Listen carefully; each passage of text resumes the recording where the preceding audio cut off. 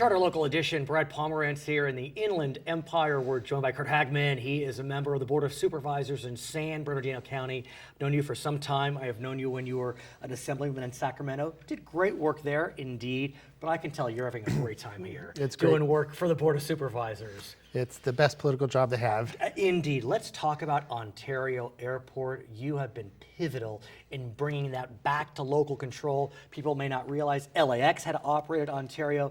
This summer, who's going to take control? We are, local government, Exactly. yes. So tell us about what's the update. We're on track for the summer to be complete the handover. It has to be a licensing process from the FAA and to work out the last final employee agreements with Los Angeles City, how long we keep them, how many people we keep. Sure. All that should be wrapped up this summer, and then we could take off with it. So we're very excited. Take off, to use a cliche. Yes. Give us a sense of how the consumer will be impacted. How will the traveler, the flyer, be impacted? Well, in the last 15 years, we reduced our travel by half. Right, the takeoffs. Okay, because frankly, a lot of the airlines that want to come there were basically told to go to LAX. All the foreign airlines, the foreign, passenger manifest, the international flights. International flights draw international cargo, also draws domestic travel. Those connections when you land. So now we have an ability to go out and compete with LAX, and not really compete, but hopefully take some extra work off their shoulders. No, I hear you. And have some direct flights out, and especially as Inland Empire has grown so much in the last 15, 20 years. I mean, you're approaching 4.5, 5 million people in the two-county area. Which is, you always tell everybody, San Bernardino County alone is bigger than 6 or 7 states out there. And remember this, what's so great about Ontario Airport, it's really close to the county line. I mean, LA San Bernardino County line. I have plenty of friends who live in the San Gabriel Valley that prefer Ontario to LAX. Absolutely. So, I mean, we really cover the 4 counties. We cover parts of North Orange County and Riverside, for that matter. And so we have a big pool to pull from. You mentioned international. And I know that's been a big push for you because right now, I believe, is there one international? There's one international flight to keep the licensing open. That's it. And that's to Mexico? Mexico, once a day. So you have been traveling to China repeatedly. I believe you're going back in a few months. Talk to us about your efforts to bring Chinese airlines to Ontario. Yeah, absolutely. There's a number of, frankly, there's a cap between capital cities right now, 150 flights per day between China and North America, based on capital cities, Los Angeles being a capital city, Beijing being a capital city. Interesting. So places like Nanjing and Tianjin and Wuxi and other cities that are like secondary, they have no place to go. So there's no more room at LAX for any more flights. So any more daily flights we can bring to Ontario, and that goes for different countries as well.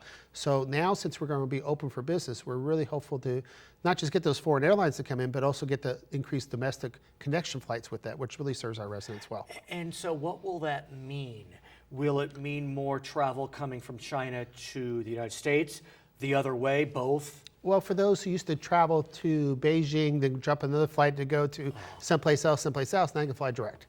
And that's what we're looking forward to. Some of those, these are larger cities than Los Angeles, but considered a secondary market for China. And so we're hoping we get some direct flights out of these other cities and go from there. And might this create and develop some business opportunities? I mean, I know most of the product that comes from China is transported via boat, but I just wonder if, given there are a lot of warehouses in the Inland Empire, is that an opportunity? Absolutely, and some of what people may not know is, the seats sell for X amount of dollars per seat, but they call it belly cargo. So each one of those planes that land are full with cargo on the bottom side of it. So it creates an international shipping route for us as well at the Inland Empire, not just for import, but for export. So we can start exporting some of our business goods across the way as well. So in a perfect world, when do you anticipate that we will see more than just that one flight to Mexico out of Ontario? I'm very optimistic by the end of the year we'll have additional flights. Now that takes a lot of work between now and then, but we'll be up and running. We have a lot of pre-agreements and LOAs, so to speak, already kind of in place, and just working out the mechanics between now and then. And do you need an additional terminal, or do you need to reconfigure a terminal because there will be more international flights coming in? We could take it now. It's not the ideal terminal, so obviously we're looking for investment as well into a brand new international terminal, parking structures, and we have 700 open space acres in that airport, so we have a lot to develop over the next few years. But no, we can handle it today. But we would like to increase the capacity, increase the comfort level for our passengers. Could Chinese investment be a part of that? It could be. We could look at they would not be operators, we'd be Of course. operators, but yes, we would take money from either bonding out, we Right. would take foreign investment, domestic investment, combination thereof. What about the Japanese? Absolutely. Are we looking at flights coming from Tokyo or other, let's call them secondary cities, like you say? Well, absolutely, and I think there's, I'm talking with some Korean officials right now about getting some Korean airlines, and basically who travels Yeah. a lot, who's a growing economy. It's Asia. I mean, that's the target. Yes. Any Canada? Is that a thought? Absolutely. Right, okay. But we really need those domestic flights. I want to shift gears, if I may, and speak with you about what you call kind of smart cities. Give us kind of some background on the smart city movement. Well, this is so exciting for me as well. I get to work on the fun projects.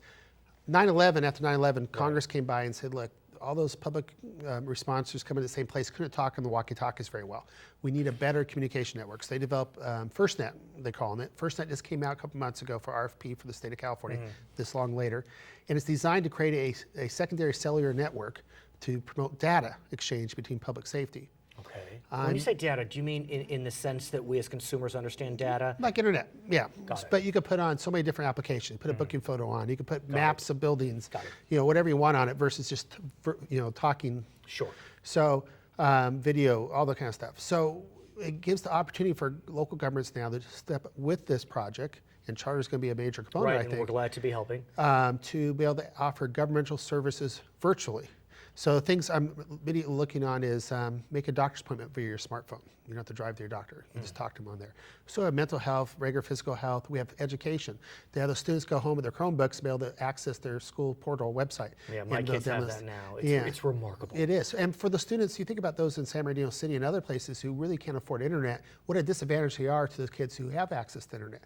So education, vocational education, all the county services, really stop using brick and mortar, but bring the services virtually to consumers. And you talk about county services, so much of business needs to be done through counties, at least when it comes to licensing applications. Already, this county and other counties have, I'll call it e-commerce, electronic commerce and economic development tied in. That's kind of like dialing up our website. Right. Some people don't have access to this. I'm taking one step further where you actually dial up a clerk. So picture an ATM in the future that you drive up to a physical stop, and you can actually push a button for what department you want. You get a live person to talk to you right then and there. You can scan your documents, sign electronically, have them print documents to you, pay your fees, whatever. You don't have to travel. I mean, San Bernardino, 20,000 square miles. Largest county in the lower 48, Yeah. geographically. So you may have to travel quite a ways to get to the office you want. Here, you could just drive it to a fixed ATM. And so how far off are we? I mean, is this Jetsons type of technology going to be here while we're alive, or are No, we we're going years to get away? there. We're going to get there. In our new generation, that's all they use anyway. Right, I know. And I'm the chair of a new committee on SCAG, Southern California Right. Association of Governments. We're looking at a demo project of charter. Immediately start off this summer, and and the vendors are already coming to me saying we have all this stuff. We have actual body monitoring stuff for health that can send information. Telemedicine's remarkable. Yeah, and to keep people from going to the emergency room. It saves government money. All this is geared to giving more access to the regular resident of our county, as well as save us money as government. What about traffic? The Waze has become a very popular technology, and I'm wondering, is there a way for government? I feel as if some governments may have partnered with Waze. Do you have a sense of that? There's one of my city's Rialto, I'm talking with them right now for Right. the smart. They have a warehouse district. They have in their contract for the warehouse and transportation fees to lower it and raise it based when technology come forward. Okay. So the trucks be incentivized to go in off peak times. Right. And so there's ways to monitoring that traffic manner. So hopefully we spread out that spectrum a little more on the same infrastructure we have, so it's easier to travel. Because I got to tell you, Waze is a remarkable technology. And I have to think if there's a way for government to somehow partner with Waze in such a way that it could improve the technology even further. We will not see new freeways in our generation, our kids' generation, major freeways. We'll see new overpasses and off-ramps. Which we've seen here in San and maybe a Bernardino. wide in the road here Right. and there, but we're not going to build new interstates. Right. It's too costly. So we need to figure out how to use our infrastructure a lot better. Public transportation also adds to that. Telecommuting, if we could keep people off the roads and do their services from their home, their office, it goes much better. His name is Curt Hagman. He is a member of the Board of Supervisors in San Bernardino County. Next time he's here, we'll talk about his trip to China, hopefully. I'm Brad Pomerance in the Inland Empire, Charter Local Edition. Thanks, Brad.